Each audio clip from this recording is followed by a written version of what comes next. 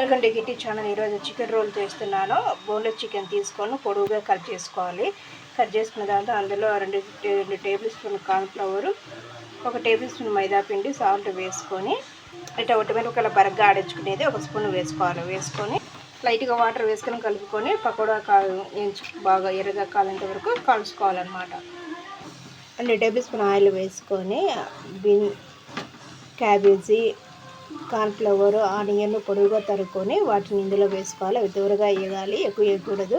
2 tablespoon red chilli powder వేసుకోవాలి. Red chilli sauce 3 tablespoon వేసుకోవాలి. Soya sauce కొంచెం వేసుకోవాలి. 1 టేబుల్ స్పూన్ టమాటా కెచప్ వేసుకొని salt వేసుకొని కలబెట్టుకోవాలి. ఇప్పుడు పకోడా వేసుకోవాలి. ఇందులో ఇలా పకోడా వేసుకొని బాగా కలబెట్టుకోవాలి. ఇదిగోండి స్టఫింగ్ రెడీ. ఇప్పుడు చపాతీ వేసుకోవాలి. పిండి వేసుకొని అందులో సాల్ట్ వేసుకొని ఆయిల్ వేసుకొని ముందు బాగా కలుపుకోవాలి. ఇట్లా అంటే ముద్ద రావాలన్నమాట. అట్లా అన్న తర్వాత వాటర్ వేసుకొని ఇలా స్మూత్గా కలుపుకోవాలి.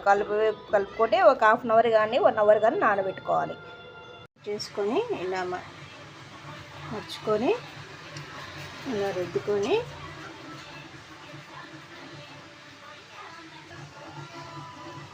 ఇలా రేకు చేసుకోవాలి.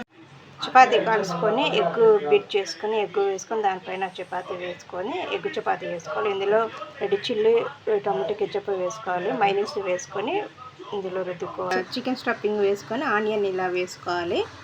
ఇలా రోల్ వేసుకోవాలి. మైనస్ అందుకని సాస్ వేసుకున్నాను. ఇంతే, chicken roll ready. Bye bye. Subscribe our channel.